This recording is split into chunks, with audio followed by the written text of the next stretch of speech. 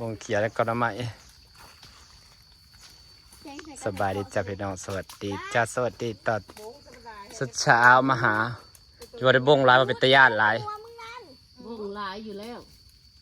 ป้าคุณเป็นย่อยบงผีเสือพอไปตายเหยืองเลยสูว่าไปตายเหยืองแท้บงอันบงกระดืบเลยสูบงลายก็ได้บงกระดีบเขียวนะมีนาคนพอไปตายย่านลายบงผีเสือไต่คอไต่ข้างเลยบงพิหารนี่นะสวัสดีด้วยจ้าพอกันตื่นบงสิมาหาเห็ดเพาะหาเห็ดผัว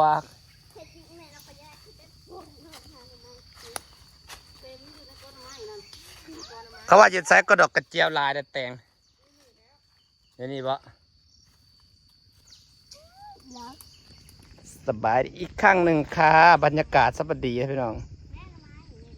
งามปะหักอันไม่หักไปแมวนะตื่นมากกะออกให้ออกหน้าเลยแป้งปื้งกับบริท่าดอกพี่น้องเอ้ยคนบ้านนอกอย่างฉันไม่สวยหรอกค่ะเพราะฉันไม่ได้ทาอะไรเลยโอ้ยบรรยากาศสบายดีแท้มองเนี่ยคึมผ้าคึมฝนสิตกแต่คือสิบตกดอกมันคึมแบบคึมทั่วบนบรรยากาศสบายดีก็เราก็ดีแท้บ่ป้าบรรยากาศดีมากเก็บดอกกระเจียวมาแล้วไปหาเห็ดเนาะเห็นดอกกระเจี ด ยว อกกระเจียวนี่งามตั้งอยู่หัวโพนเลยดอกกระเจียวก็งามจ้ะเอาทุกอย่างที่ขวางหน้าค่ะหน่อไม้ดอกว้ายออกลายแท้ลวกกินเนาะพี่น้องดอกกระเจียวลวกกินกับปนเก็บเซตตี้ดอกกระเจียวเก็บแม่อากาศก็ดีโอ้ยสะอ่อนนี่พี่น้องมาหาหล่อป่าหล่อดงมาเฮ็ดยังก็เก็บสิแม่นกทีเก็บทำไมมาใส่งามบ่ดอกกระเจียวนะงามกระเจียวจ้าดอกสวยๆเลยค่ะนี่น้ำไม้ก็สวยชิแกงหน่อไม้เลยพี่น้องแกงหน่อโจดมาเลยตัดเตียงแกงหน่อไม้ใส่เห็ดเพาะเนาะแซ่บได้แกงหน่อไม้ใส่เห็ดเพาะโอ้ยซ้ำใส่แกงสิบ่ได้บ่คุณบุตรกยังสิเห็นดีกว่าบ่ซ้ำใส่แกงจากถั่วจากใดมาตั้งหลายคนสิบ่ได้บ่โอ้มา1 2 3 4 5คนนะคะลูกของเอื่อยกันมาจากกรุงเทพเพิ่นก็มาจ้ะอากาศดีพี่น้องอากาศสบายดีแท้อากาศดีอะไรหรออากาศสดชื่นแจ่มใสนะจ๊ะชีวิตของเราก็สดชื่นแจ่มใสไปตามอากาศเนาะพี่น้องเนาะจังไหนกาสุขอยู่ที่เราทุกอยู่ที่เราทุกสิ่งทุกอย่างอยู่ที่เรารู้จักคิดปล่อยวางนะคะคิดวิเคราะห์แยกแยะแล้วก็ปล่อยวางใช้ชีวิตตัวเองให้มีความสุขในแบบที่เราเป็นอย่าไปวิ่งตามในแบบที่ให้คนอื่นเขาชอบนะคะพี่น้องค่ะใช้ชีวิตในแบบของเราไม่มีใครรู้ดีเท่ากับตัวเราเพราะฉะนั้นแล้วโปรดเลือกความสุขที่ดีให้กับตัวเองเนาะสู้หาเฮ็ดจ้าพี่น้องคนยิ่งฉันรู้ตัวเสมอคนยิ่งเธอไม่คิดอะไรก็อยู่ยังคนใกล้กันไปแต่ก็ไม่ได้ชิดกันกว่านี้จนได้มาเห็นเธอผิดหวังใจเธอพังไม่มีสิ้นดีเป็นคนที่อยู่ไกลทั้งทีเธอเจ็บอย่างนี้ทนได้อย่างไรเมื่อใจเธอมีร่องรอยความปวดร้าวนั่งรอยเท้าทิ้งไว้บนหาดทรายหน้านี่ลายนะเบิ่งหน้าเพิ่นคือว่าน้อยแบบแรกเบิ่งตอน8เป็นหลายฉันก็จะเป็นเหมือนคืนที่คอยสาดให้รอยช้ำจางหายอีกสายที่สวยเหมือนดังเดิมแค่ปล่อยให้ฉันดูแลใจเธอสักครั้งฉันได้ทำเพื่อเธอแค่อยากได้มองเห็นเธอเป็นสุขในใจไม่มีอะไรในความหวังดีแค่ปล่อยให้ฉันดูแลใจเธอสักครั้ง และทั้งหัวใจของเธอที่มีให้เธอกลับมายิ้มได้ฉันก็ยินดีได้ห่วงอยู่เฉยอย่างนี้นานๆแค่นั้นก็ดีใจฉันก็จะเป็นเหมือนคือที่คอยสาดให้รอยช้ำจางหายที่สายที่สวยเหมือนดังเดิมเก็บอย่างดอกกระเจียวละดอกกระเจียวสวยๆเก็บแล้วจ้ามาหล่อป่าธรรมศาสตร์ดงดอกกระเจียวด้วยจ้าพี่น้องเฮ้ยคนกำลังขาดนาบ่ได้นะ เราก็มาถึงป่าเห็ดเพาะแล้วนะคะนี่คือป่าเห็ดเพาะพี่น้องมาถึงป่าเห็ดเพาะแล้วกับแม่น้องตี้กับน้องตี้แล้วก็น้องรักแล้วก็พี่สาวนะคะฝนไม่ตกแต่มาเห็ดเพาะไม่รู้จะได้เห็ดเพาะหรือเปล่าบอกขอลายดอกจ้าขอแค่พ่อแกงกับพ่อจ้าแกงใส่กับหน่อไม้ตอนเที่ยงเนาะค้นหาสมือเนาะโพดโพค้นหาอยู่สมือพี่น้องเอ้ยเห็ดก็ได้แต่กะหากับคันหาละเอียดก็ได้แกงคือเก้านั่นล่ะนะคะ วันนี้อากาศสัพสดชื่นแต่บอกรู้สึกว่าอากาศดีเย็นสดชื่นแบบเย็นแบบสบายกระโตแล้วก็แบบรู้สึกสบายกระโตสบายใจยังไงไม่รู้รู้สึกมีความสุขยังไงไม่รู้ เอาละพี่น้อง บอกให้ถูกรู้สึกมีความสุขแบบบอกไม่ถูก เอา ใส่ดอกไงปะไม่ต้องตีมาถึงก็พอเลยนะคะเห็ดเพาะโอ้ย2 ดอกถ้าขูดต่อไปนี่ฉันเอาจองไงฉันมา เมื่อก่อนฉันบ่มีแนวขูดฉันเอาจองไงฉันมานี่มีตะหน่างผมนะคะ เลิศปะคะ2 ดอกเลยค่ะเลิศหนีหอนเอาโหลดขาหนีเลิศปะคะ เห็ดเพาะจะเห็ดเพาะหนังเด้อจ้าพี่น้องจ๋า ไรพอใส่แกงหน่อไม้พี่น้อง เนาะเอาพอใส่แกงหน่อไม้ก็พอเพราะว่าตอนเที่ยงสิกินแกงหน่อไม้ หน่อไม้แกง นี่เราไม้เฮากับดอกกระเจียวนะคะ ดอกกระเจียวจุ้มจีพี่น้องจ้าเมื่อนี้อากาศดีมาหาเห็ดยากแต่พอดปลาเห็ดจังหูสึกกับบริเมื่อยอย่าคือบริหยางนี่หูสึกมีความสุขจังใดบอกบ่ถือคือกันเป็นโล่งๆหรือว่ามีความสุขเพราะว่าความฝันเป็นจริงหรือเปล่านะคะ ความฝันเป็นจริงแล้วจ้าวันเกิดปีนี้มีความสุขมากเลยขอบคุณนะจ้าขอบคุณคุณแม่ที่รักที่สุดขอบคุณนะคะสำหรับของขวัญวันเกิดเอียงมาแบบนี้เอียงน้องของขวัญวันเกิดเวลาคือสิบหายเสียเปล่าหรอกน้องของขวัญวันเกิดก็ได้อาจจะเป็นปลูกต้นไม้รอบบ้านหรือเปล่า ได้ดินถมบ้านหรือเปล่า แล้วก็ได้บ้านที่เสร็จสมบูรณ์หรือเปล่า ไม่แน่ใจโอ้แต่กระหูสึกมีความสุขหลายมันนี่จะเป็นอะไรบอกมาถือกันว้ายพอเห็ดเพาะแล้วจ้าพูนลืงพอเห็ดเพาะแล้วจ้าพี่น้องนี่มาเบิ่งเห็ดเพาะพูน้องพ่อเลยเด้อ2 ดอกวันนี้ฉันมีที่ขูดนะคะเพราะวันก่อนจะเอามาแล้วฉันลืมหยิบใส่กระเป๋านี่เห็ดเพาะ2 ดอกเฮี้ยวดอกคือพ่อบรัดมันพูงลืงอย่างเดียวรัดแล้วมันก็ไปแว่แล้วนี่งามก็ดอกแล้วก็ขูดเบิ่งเห็ดเพาะหนังเด้อจ้าพ่อไว้พ่อปฏิพูดเป็นวันตีพ่อเห็ดเพาะแล้วจ้าพี่น้องเห็ดเพาะนะคะมาขูดเห็ดเพาะน้ำกันจ้าวานพาน้ำไม้มาขูดเห็ดเพาะไม่กาพี่ทุกคนอยากได้นะเห็ดเพาะจ้าหลายดอกนะคะมาขูดดินหาเลขหาเบอร์อะไรนะคะแบบนี้ ขูดหาเลขหาเบอร์3 ดอก4 ดอกนี่จ้านี่ดอกมันสิภูขาวๆงามมันสิแหละครับพี่น้อง4 ดอกนะคะนี่นะขูดดินปะงามทะเลเห็ดเพาะมันยังอ่อนช่วงนี้นะโลละ150ในเสื้อจะเห็ดเพาะนั้นในคันโลละ150ในเสื้อไว้จะ 10 โลเพิ่นไว้ ไปกันแล้ว เห็ดเพราะผายมันเห็ดใหญ่มันเลยเนาะเล็กมันสิแข็งแกร่งกระต้องผ่านไฟอันนี้มันสิเป็นใหญ่เห็ดเพาะผายเป็นอันนี้เป็นใหญ่ๆอย่างสิ ให้หนักพี่น้อง สร้างในพันล่างเนี่ยเห็ดเพาะผายนี่ไงครูเห็ดเพาะพายนี่พี่ดอกครูมัน มื้อน่ะอาคามหลายๆเสือนี่ก็ค่ะ มาถ้าพ่นยางมาหาเราจนเต็มถุงแล้วจะเครื่องถุง ที่เราไปเอาแถว มันกระแสบคนละแบบเพาะผายมันกระสีแบบมันจะอ่อนโอ้ยแต่ความอ่อนนะเคียนนะอ่อนทั้งนอกทั้งใน ในดง มันได้ขึ้นหลายนะฮะ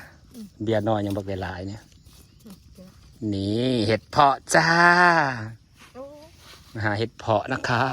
นี่โอ้มันเนี่ยดอกน้อยมันนะดอกน้อยมันนะเป็นหมูเป็นพูอยู่ถ้ามันขึ้นขากไอ้นี่ก็สิเป็นแบบว่าเป็นกีมกันอยู่เนาะคือสิง่ายกันอยู่นะแม่ ว่ามันหักก็ออก แม่นเห็นได้เห็ดน้อยดอกน้อยมันนะ ไงไอเดียได้เห็ด ว่าขั้นในขั้นแบบว่าขั้นมันออกดอกง่ายแต่มันสิขี้กันอยู่มันสิง่ายแบบว่า มันสิง่ายกันอยู่ขึ้น เป็นโคมกันอยู่ มันสิเป็นคู่สิง่ายกันขึ้น เอามาเมื่อไรกันยังไง เพราะฝ่ายจ้าปักงามแต่ปลูกยังก็คือสิงามเบิ่งเลยถ้าเป็นดินงามคือดินไผ่ใหม่อย่างนี้กว่าที่จริงเป็นดินทรายดำที่พี่น้องมองเลยจะปลูกยังก็งามแต่เด้โอ้โหบางในแตงเห็ดนะจะไปขูดมันเล่นโอ้มันดงเห็ดเพาะพายคอยเราขูดขี้ดินเล่นลงไปไม่แต่เห็ดเพาะอยู่ลุ่มนะพี่น้องมึงเน่จะว่าสิออกร้านปะโทบจักมึงเน่ป้ามึงเน่มีแต่ดอกเห็ดมึงเน่แต่ดอกเห็ดป้า2-3 มื้อมันหลอกมึงเห็ดเพาะพายแต่สิหลายดินซะปังงามแท้บังเน็กว่าแต่ดินเนี่ยดินกระเจ้าเนี่ยมันเห็ดมันอยู่พื้นพวกนี้เคลียร์แล้วดอกสัมโปมือเนี่ยมันบ่พูพอพ้นตกมันสิออกสำได้เด้แห่งเคลียร์แห่งมุนมันกระดอกใหญ่เติบได้แต่งนั่นนี่แห่งเคลียร์แบบไปปาดมันซ้ำโอ้ยคอยเคลียร์บางก่อนนะเนี่ยมันหักเห็นแต่เสื้อน้อยมันละลายผูกอยู่พื้นดินผูป้าเห็ดมันจะออกลายเด้อขูดขี้ดินเล่นหรอขี้ดินงามแบบไม่แต่เห็ดตรวจสอบทางข่างพี่ก็เด้อสิมีบ่สะออนแต่ดินแล้วมันดำงาม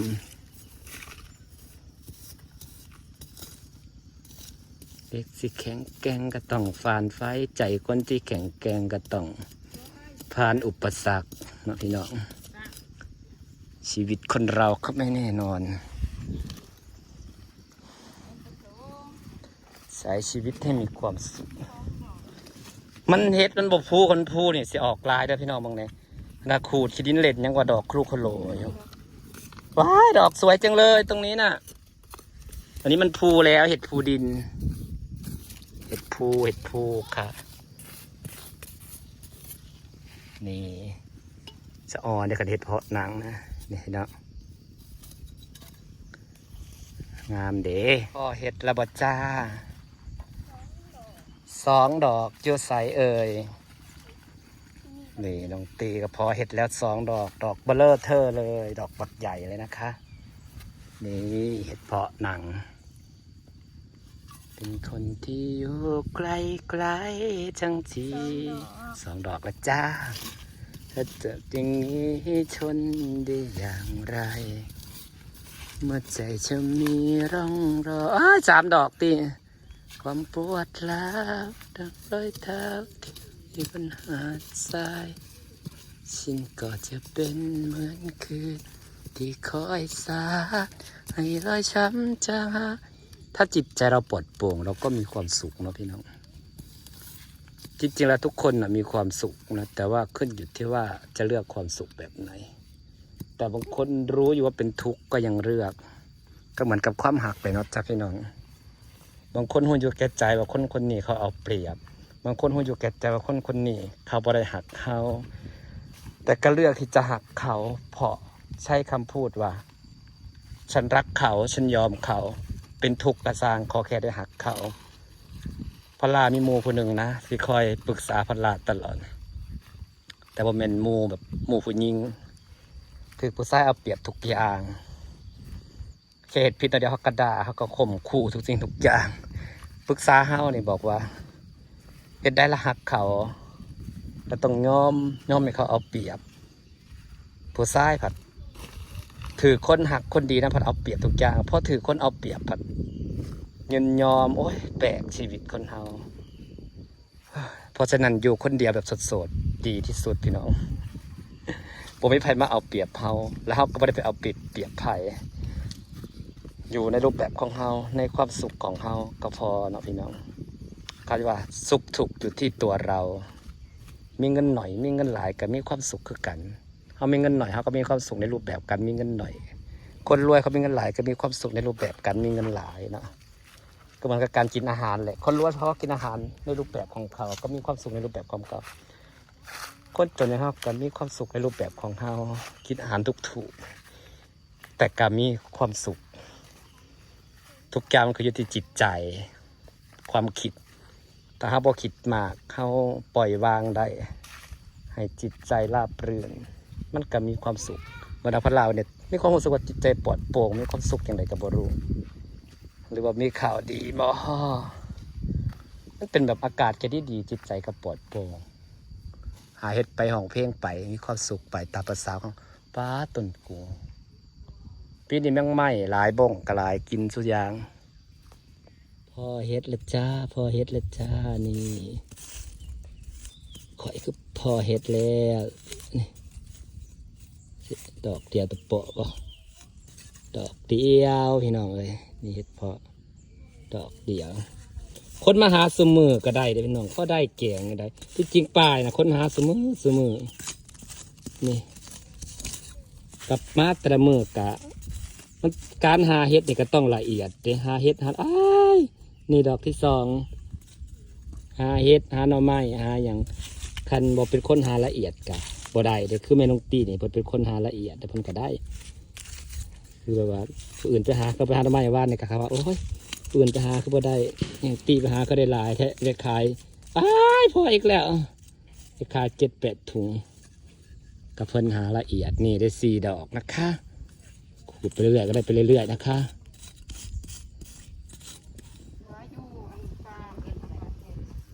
ขูดจ้ะสะออนอากาศเด้พี่น้องเห็ดเวียกก็คือสิบ่เหมือนอากาศแบบนี้นะคึมเย็นบ่มีคำว่าอบอ้าวเลยนะลมพัดมาเย็นโซยอยู่พากันมาเขี่ยเห็ดเพาะจ้ะโอ้ยสะออนอากาศสดชื่นเด้ผู้หลอกกันไปทั้งเทิงพวกมันละผลบ่ตกมันบ่พูเห็ดเพาะนะพี่น้องมันก็สิบ่ค่อยเห็นแน่เขาเห็นพูดอกนะครับจังขูดเบิ่งแต่จะเห็นเป็นไอ้2 3 4 ดอกเนาะสู้นะคะหาเห็ดจ้าพอได้แกงเที่ยงมา5 คนวันนี้โอ้ยสอนอากาศสุขทุกอยู่ที่ตัวทำนะคะสำหรับประหลาดช่วงนี้ขอโฟกัสเรื่องหาเงินก่อนนะคะพี่น้องค่ะตื่นตี 4นอน4 ทุ่มเพราะยังมีความฝันที่อยากจะได้เรื่องเลาะเล่นเรื่องไปนั่นไปนี่ว่าพ่อแล้วอิ่มแล้วจ้าเพราะว่าเอามีค่าใช้จ่ายนะครับกับอันนี้เรื่องเลาะเล่นยังก็ขอหยุดไว้ก่อนนะคะโฟกัสเรื่องหาเงินก่อนค่ะตื่นตี 4นอน4 ทุ่มก็ช่างมัน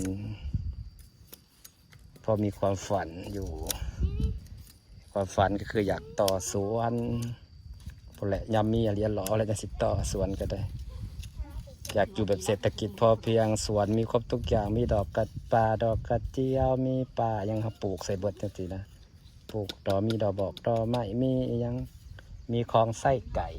สินะอยากได้คลองไส้ไก่ขุดยามีคลองไส้ไก่โอ้ย คุณไปเสกแกนทำไมมือเฮาตะกี้ หัวเงี้ยเชี่ย ดูเอาบ่งตักกินงัว เดี๋ยวเจอนะเดี๋ยว จุดจีนี่แล้วคุใส่แกนทำไมแซ่บ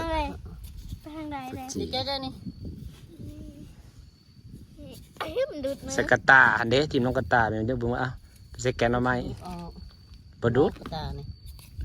ใส่กระตาไม่ไผ่ปุ๊บไป มันจักกะติแม่มันสีเหีย เอาแล้วไม่ละจ้อยผูก3 ตัว 4 ตัว เห็ดแม่บักล้ำเห็ดแม่เห็ดเห็ดดุดอาจิแพร่นอกขามเขตอัน1 2 3ท่านผู้ชมดูนะคะท่านผู้ชมเอา1ไว้แล้วดึดเอาสู้สู้บ่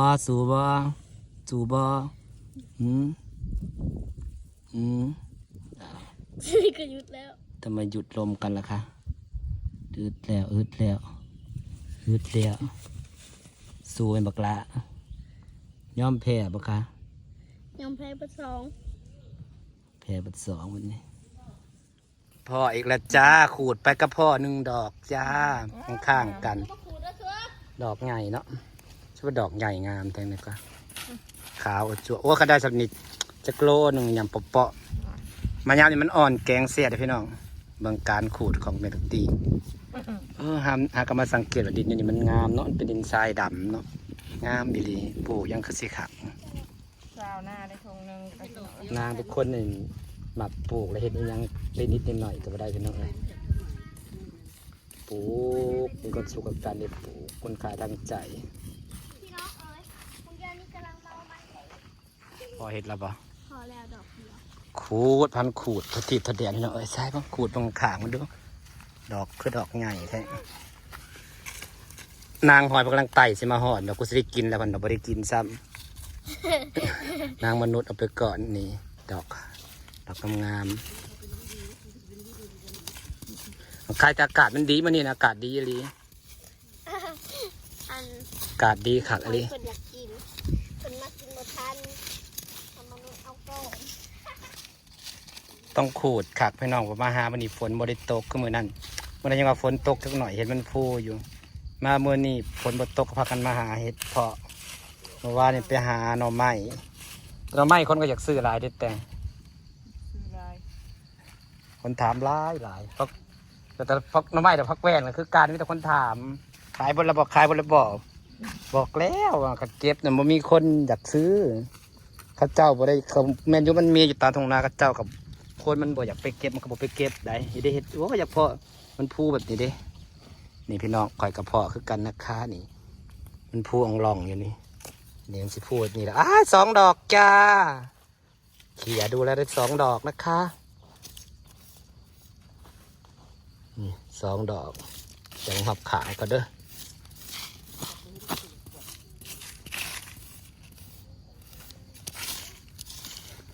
พอ2 ดอกข้อหล่อนี่งามๆนี่คือเห็ดเพาะหนังนะคะ เป็นคนที่อยู่ดอนนี่มีอยู่ได้เคี่ยวไปเรื่อยๆกับพ่อไปเรื่อยๆพี่น้องนี่ดอกปักใหญ่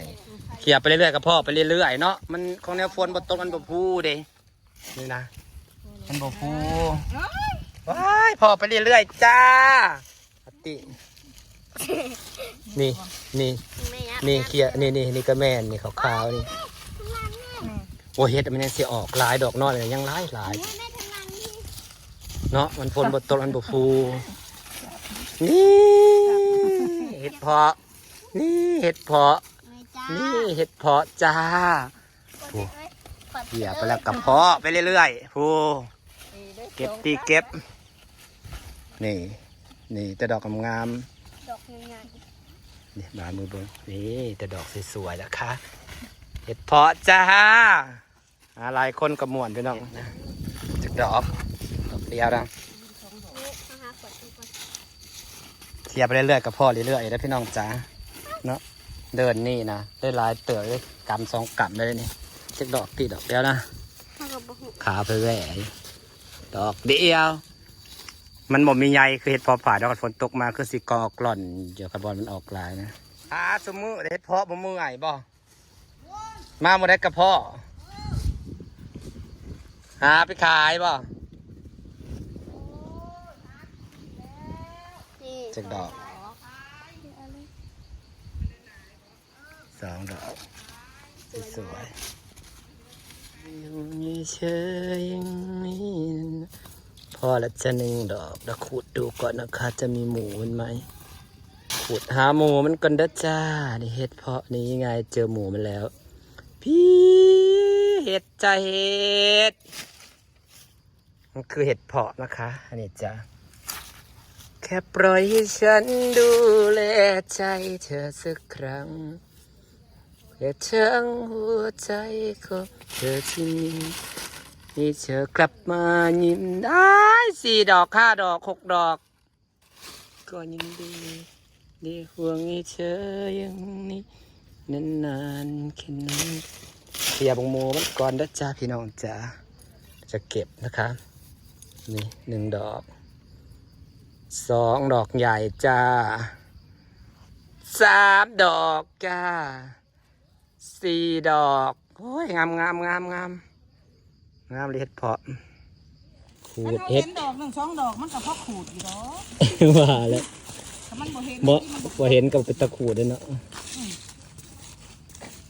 ดอก1จ้าไปเรื่อยๆกับพ่อเรื่อยๆจ้าพี่น้องจ้านี่จ้า1 ดอกจะมีหมูนบ่คะหาหมูกันเด้อนี่คือฉันก็จะเป็นเหมือนคืนที่คอยสาดที่ระช้ำจางหาย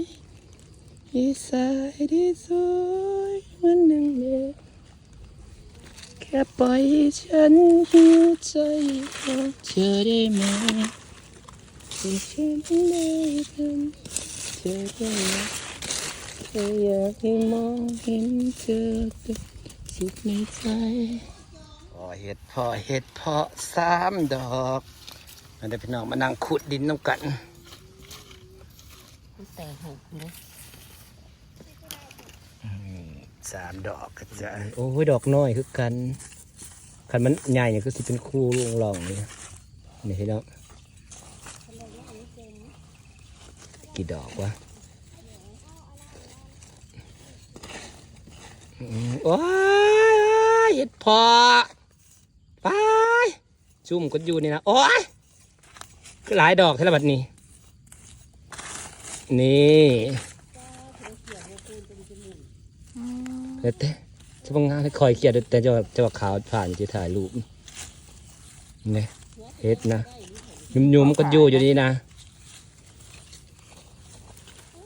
เมืองในเห็ดนะแห่งเคลียร์แห่งยุ่มก็อยู่โอ้เป็นปุ่มอยู่ พอขาย ปุ่มเป็นคุยกันอยู่ว้ายตรงไหน พอขาย มันจะอยู่เป็นแต่เพราะก็เจ้าหาจังหลายๆเนาะมันแบบว่ามันอยู่แบบว่ามันอยู่เป็นจุ่มเป็นงูนี่เนาะเห็ดเพาะผายนี่ตรงไหน เฮ็ดพอขายมันจูจุ้ม มันอยู่เป็นจุ่มเนาะตรงไหน นี่เขาขายบ่ แม่นอยู่เป็นจุ่มแบบเป็นนูนเลยอ่ะเป็นนูนโพนเลยอันเห็ดนะเคลียร์ลงไปยังกับพ่อผู้ดอกน้อยนะกาเป็นขโยงอยู่ผู้เห็ดเพาะซ้ำสิได้นี่พี่น้องผู้จะลงไปกับพ่อไปหนา ขายหรือยังก็เอามาเพิ่นมาอยู่ หมดผายกระแซบกามันกระแซบคนละแบบ แล้ว ขอเขียนเป็นเห็ดนะขูดเห็ด 2 ดอกขูด หนังแล้วสิ นึกว่าเห็ดเพาะผายเป็นเพาะผายออกเป็นจุ่มเป็นโนนขาดอะไรนะ30 ขูดนะขูดข้อเลขข้อเบอร์แต่ตัวใดทำเป็นวันที่31อื่นเลขออกแบบนี้ ตัวใดราคาซื้อตัวใดคะจะประมาณมาจากพอได้แก่นี่ดอกขูด5 เลขพี่น้องเลขตัวใดแล้วแบบนี้เลขตัวไหนเก็บปล่อยให้ฉันเลข9เหรอลองเสือพายมีเลขเลขเสียเลย อยากรวยถูกเลข 09 09ออกไปแล้วรอบเมื่อกี้รอบนี้ก็90ตีโอ้จะพาจะถ่ายรูปก็งามแท้ นี่เด้นี่แม่นเบิดนี่ ว้าเจอมวยเพาะอีกแล้วเพิ่งเด้อเขียบงามๆก็เห็ดเพาะหนังนี่มันสีขาวๆงามๆนี่เจอจุ่มตะแพงเลย ว้าคือขักแต่จุ่มเลยนะเฮ้นี่ คุณทับเพิ่ง คือจุ่มกับขักเลย นี่เด้ดอก จักดอกโอ้ นี่ หรือยังเห็ด งามเลย ถ่ายรูปผมเห็ดเพาะจากพี่น้องนี่ถ่ายรูปดอกเห็ดเพาะนี่ ข้าวกระเพาะจุ่มนี่ กระเพาะจุ่มงามค่ะ กระ เก็บ เพาะจุ่มงาม เก็บ พี่น้อง เก็บ เอ้ย ค่ะ โอ้ย พอได้หลายจุ่มเนี่ยเนาะ นี่นะนี่แน่ คูลงนี่ งาม นี่ ใน เพาะ งาม ส แค่นี้ วย จุ่มเดียว ๆเพาะสวยๆงามๆนะคะ เห็ดเพาะหนังค่ะ นี่ดิโอ้มันยังดอก ขูดลง น้อย คักๆขูดลงคักๆยังขูดยังเห็นเลยค่ะฝนกำลังจะตกก็ดอกงามแท้เนาะดอกนี่ ได้ไง ดอกเดียวก็งามหมูไปใส่เบิดตัวนี้ หมูไปใส่เบิดโอ้ยดอกงามทุกกันโอ้ฉบับใหญ่แท่นี้นะ อุ้ยเห็ดพอพา นี่ ย ไงพอผ่ายอยู่เป็นหยุ่มด้วยนี่ ดอกน้อยเนาะพี่น้อง อ้าเจนว่ากรอบดิเจนว่ากรอบดิ อ่อนแท้ อึดนี่นะพี่ ๆ น้อง เคลียร์เคลียร์เคลียร์โอ้โหสับปะดอกใหญ่แท้สับปะดอกใหญ่แท้บ่โอ้นี่ไงมันซ่อนกัน หนัง สับปะดอกงามเด็ดเพาะนะบ่นี่มาเลยปอสับปะดอกใหญ่แท้ ไล่เหรอครับ สับปะดอกใหญ่แท้เด้ เขาไปหาลำเอาหนึ่ง แต่ดอกงาม หาลำเอา ๆดอกน้อยมันก็ยังหลายเลยโอ้โหเห็ดเพาะยังคือดอกใหญ่งามแท้เด้นี่พอดังผสมกัน พี่น้องเนี่ย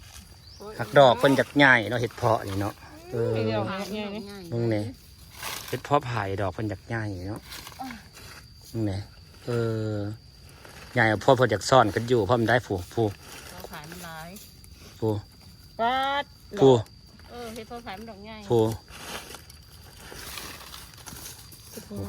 งามเนาะขายกัน ได้นี่นะขายมัน นี่ดอกนี่ก็ดอกใหญ่นี่ เราให้ชอบขาย เพาะนาง หนัง หมอจะปล่อยเอาไปเลยนะซ้าย แล้วก็ผ่ายแบบตัวนี้40-30ดอกก่อนกันนังพอหนังงาม มีขนังมันจะเหนื่อยแล้ว ๆฉันก็จะเป็นเหมือนคือใครสักพอเห็ดแล้วจ้า ดอกที่สวยโอ้ยคือพวงลงลองเลี้ยงกันขักเทปนี่พี่น้องมันจะดอกใหญ่ๆอ้ายดงเห็ดเพาะจ้ามันพูดนี่มันก็งามแล้วนี่จิกดอกวะดูเลี้ยงเลยซ่าอยู่ปุจจะตามกล่องขอนี่ปุจจะนี่เห็ดเห็ดเห็ดเห็ดเห็ดเด้อจ้าอ่ะเก็บได้จักดอก1 ขวดเดี๋ยวเนาะ2 3 4 5 6 7ว้า7 ดอกงามขนาด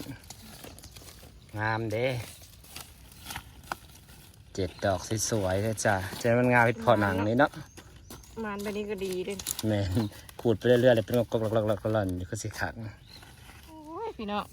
เห็ดเพาะเห็ดเพาะ มันนี่พี่น้อง นี่เก็บเห็ดเพาะจ้าพี่น้อง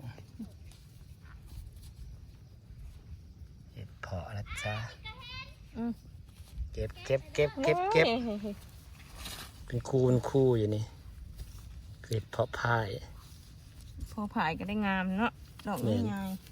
พอกินมันยังอ่อนอยู่ช่วงนี้นะปลานี่ กำหนึ่งพี่น้อง เพื่อนยากๆเลยตอนล่างเท่านั้นแหละกินมันก็แซ่บคือกันนั่นแหละแห่งช่องอ่อนนี่แห่งแซ่บไปเห็นมันสิเป็นหู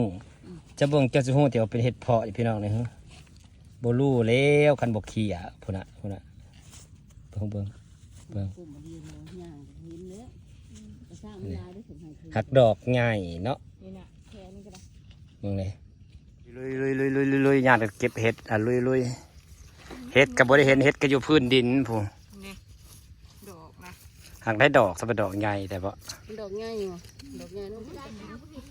ถ้าให้ฝนตกอีแลนนะบ่เห็นเห็ดโอ้ย เล่มจะพูดยังเห็น ฝนบ่ตกก็พากันเคลียร์ ตีตาใส่แรงเลย มันยังสิออกร้ายยังว่าเห็ดนะปีนี้นะซ้ำสิเก็บ บ่อื่นเมื่อน่ะร้ายเลยครับ นี่มันแดดมันฝนบ่ตกมา2 มื้อวันที่3มื้อฮื้อเขาจังมามื้อจังมาหามันฝนตกแล้วก็มา2พี่น้องมาหาเห็ดจะออมแอมอายยังจะแต่แม่งน่าจะใครเห็ด YouTube ยังสิอายอยู่พอแกงแล้วดินะพอดีแล้ว3พอลูกเลยนะเรียนหมอ1 2พอไอ้น้องมาหาเห็ดนะคะออมแอมกับแฮปปี้เป็นบ่าวเป็นสาวไปแล้วแม่เราอยู่กรุงเทพออมเรือจำป้าว่าไปเขี่ยขัดเลย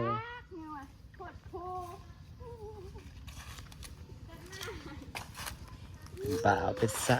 วหนาวใครเลยหาใส่ยาหลายนะพักขี้มันยามันเลี่ยงทีนะหาบริจาคเลือดนะบริจาคเลือดลองเบิ้งฮะปะหากระมาเลยหาแต่โดนเลยหากระมาหัวกระมาก็ได้หลายใช่ปะ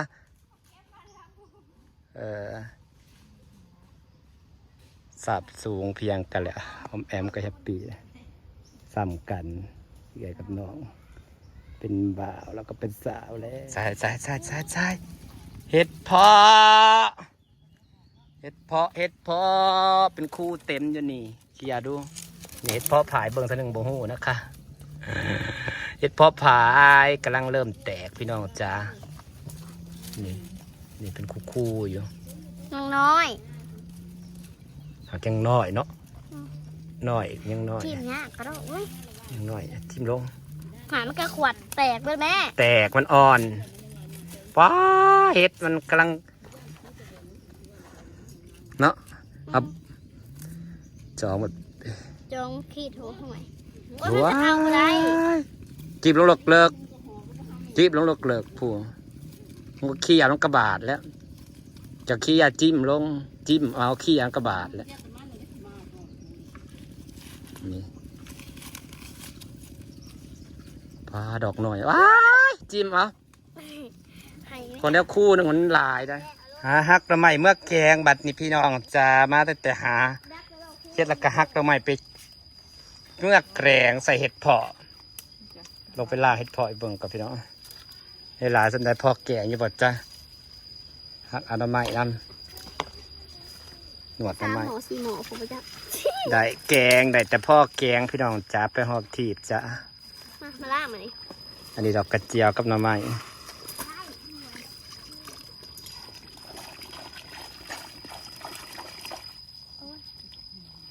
ล้างเห็ดเพาะเมื่อแกงกันใส่บอน้ำไหลติ ทำไร วางนี่แหละวางนี่แหละ ใส่เลย ล้างเห็ดเพาะเห็ดจบเจือเห็ดเพาะไปแกงอะไรเพาะไปแกงวันนี้เขาสิแกงหน่อไม้กินเที่ยงกินดูแกงหน่อไม้ก็ได้ล้างเห็ดเพาะจ้าล้างเห็ดเพาะล้างเห็ดเพาะไปแกงล้างเห็ดสิริฝากบรรยากาศไว้สักเดย์จะเห็ดเพาะก็ได้หลายเติร์ดพี่น้องได้แกงหมอหนึ่งอยู่เอาสนไม้ไปแกงนี่ใส่อะไรสันใดว่ามันก็ได้แกงหนึ่งได้ในนี้ดอกงามๆขาวๆนี่เพาะแกงหนึ่งเด็มาสิถ่ายรูป